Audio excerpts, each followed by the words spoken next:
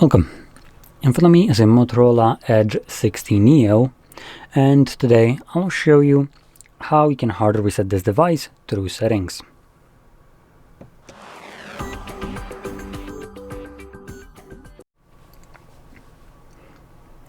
So one of the things I'll be actually showing is resetting, but I do want to first start off by talking about backing up your device. Now, your phone obviously holds a lot of your personal information, so it's best that you back that up before you go and reset your device to factory settings, which would remove all of it. And this process cannot be undone. Now, I'll be going through two different methods you can back up your device, talking about them and going over them, like what I find to be good and bad about them, just so you are fully aware of it. So if you have already backed up your device or you just simply don't give two hoops about it, you can feel free and skip forward by like 9 minutes probably. I am kind of gonna be padding the timing right here.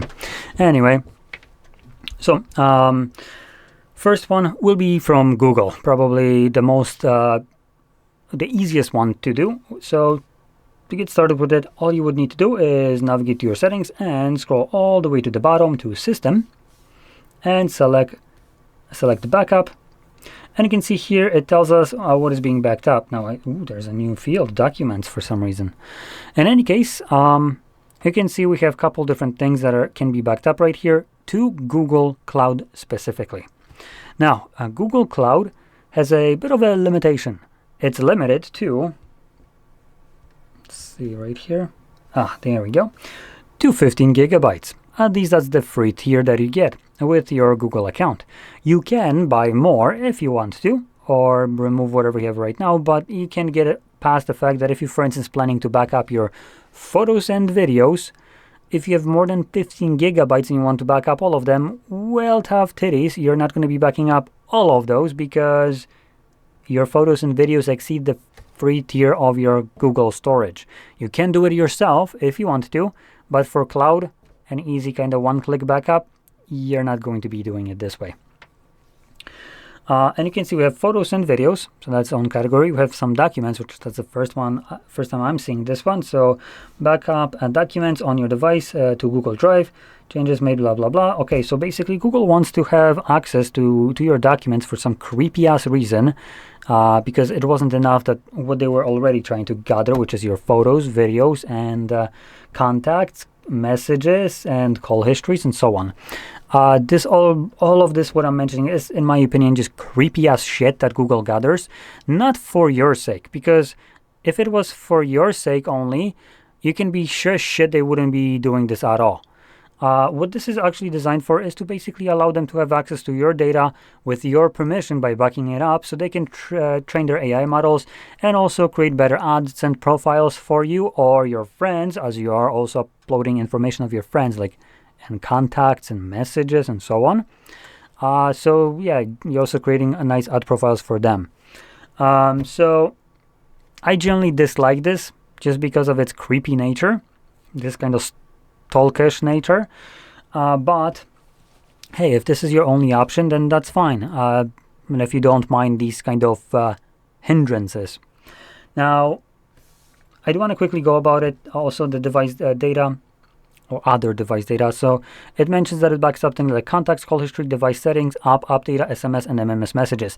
Like I said, a lot of the things that Google backs up is for their own benefit to train their AI models.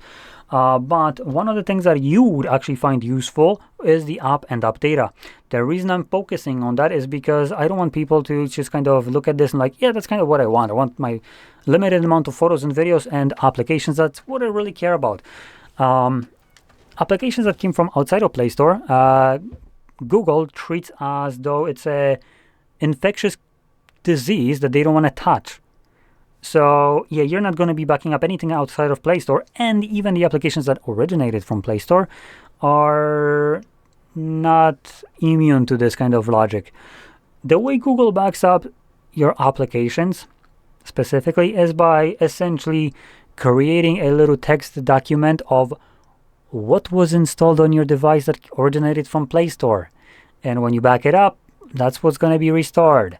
Now, if by some chance you downloaded something like User Emulator and you're backing it up now and you're going to want to restore it later on, you will be up for a rude awakening, because you're not going to be restoring user emulator, because in the meantime, when you downloaded it and up to this point, Nintendo lawyers assembled like the goddamn Avengers and completely Thanos snubbed the existence of user emulator from Play Store. And therefore, even though you supposedly backed it up by the name, as it says right here, which is a lie, you should be restoring it. But the way Google backs it up is not by creating a backup, because it's not creating a copy of the data that is on your device.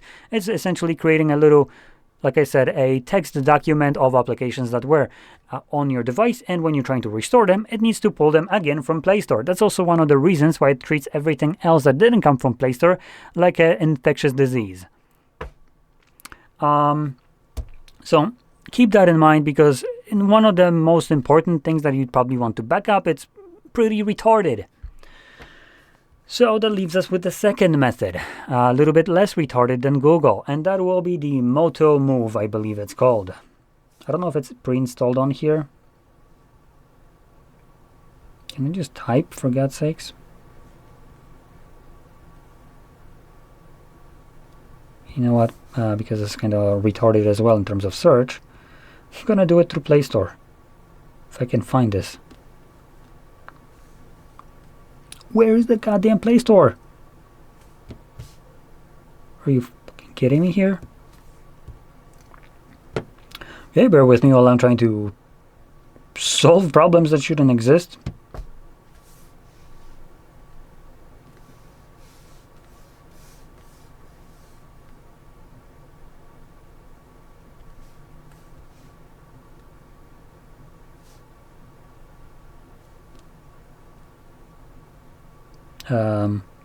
Play Store somewhere. Oh, for fuck's sakes.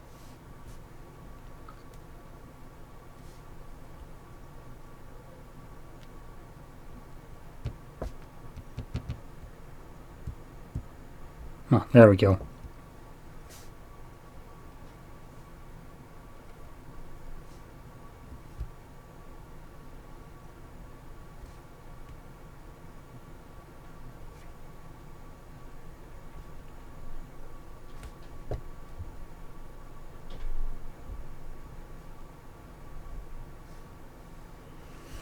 So, I am searching for it right now, and for some reason I'm not finding it really. Let's try it one more in here. Is that this? I don't think this is it. Yep, nope, that's not it.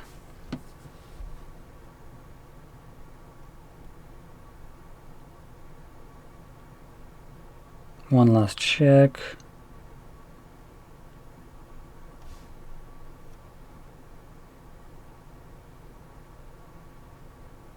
Yeah, okay, so it looks like for some reason this phone doesn't have the Moto Move application, but that's not necessarily that important. At least it won't be probably to vast majority of the people. But Moto Move is one of the applications that you would use for migrating data from one device to another. Now, this isn't the only application. It is the one that you would want to use in order to migrate data from Motorola to Motorola. And this application should have been pre-installed on this device. It's for some reason not, but regardless, if you have an old or new device that isn't a Motorola, let's say it's Samsung. So let's see this, right? The light wasn't reflecting in such a stupid way. So what you could use is, instead of Moto Move, you would use Samsung's version of application designed for migration, which is Smart Switch. And there we go, Samsung Smart Switch. And this, you will use applications such as this one or any other name of application used for migration, and you will need to download the one that is basically used by, or comes with the device that you're moving the data to. So Samsung uses Smart Switch. That's their own application, and each company, not all of them, but vast majority, makes their own applications such as this one to help you move data to their devices, not away from their devices. So if you have other, so I wouldn't be able to use this same application to move data from Samsung to Motorola. I can only move it away from Motorola using such an application. That's why Moto Move was one that I wanted to bring up, because if you have other Motorola, you can just kind of move it back and forth between them. It's the same brand. But for other brands, you would need to use their own application, which is the application of the phone you're moving the data to. And to give you a couple names of other brands and what they use. So Samsung uses obviously the Smart Switch, Oppo, Realme, Vivo, and I believe OnePlus use Clone Phone. Huawei uses Phone Clone. Xiaomi uses Mi Mover.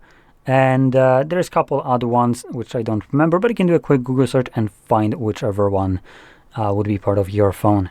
And this application and whatever name of it is that you will be using will be the much better option over Google.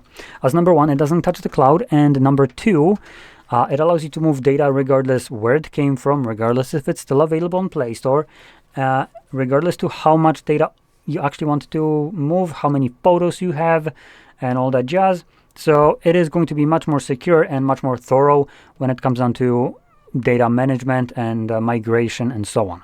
Now, this is going to primarily be used for migration, but it's not limited to this. If you have an old, for instance, let's just use Samsung as an example, you're not planning to use this, right? But you're just planning to create a backup. You could use Smart Switch to move the data to this, right? And keep it as a backup, though for purposes of this specific phone, you wouldn't be able to download Moto Move on here, or maybe you would, but you can't find it here for some reason, so you wouldn't be able to move it back. So be aware of that. For some reason, this specific phone doesn't have Moto Move, which won't allow you to migrate back. But in any case, and now with all that out of the way, hopefully our device is backed up. And to basically reset it, we're gonna, let me just back out. We're gonna go to settings. In settings, again, scroll all the way to the bottom to System, select Reset Options, and choose Erase All Data, Factory Reset. This will present us with a list of data that will be removed, which at this point, like I said, all of it should have been backed up. There is one little caveat I want to add. It tells us that it's going to remove our Google accounts. No, it's not. It's just going to sign them out of this device. It doesn't delete the actual data or the existence of this account. You can re-sign into it, no problem. It's just not going to be on this device after the reset, but you can re-sign in on this device again to that account. Click on Erase All Data.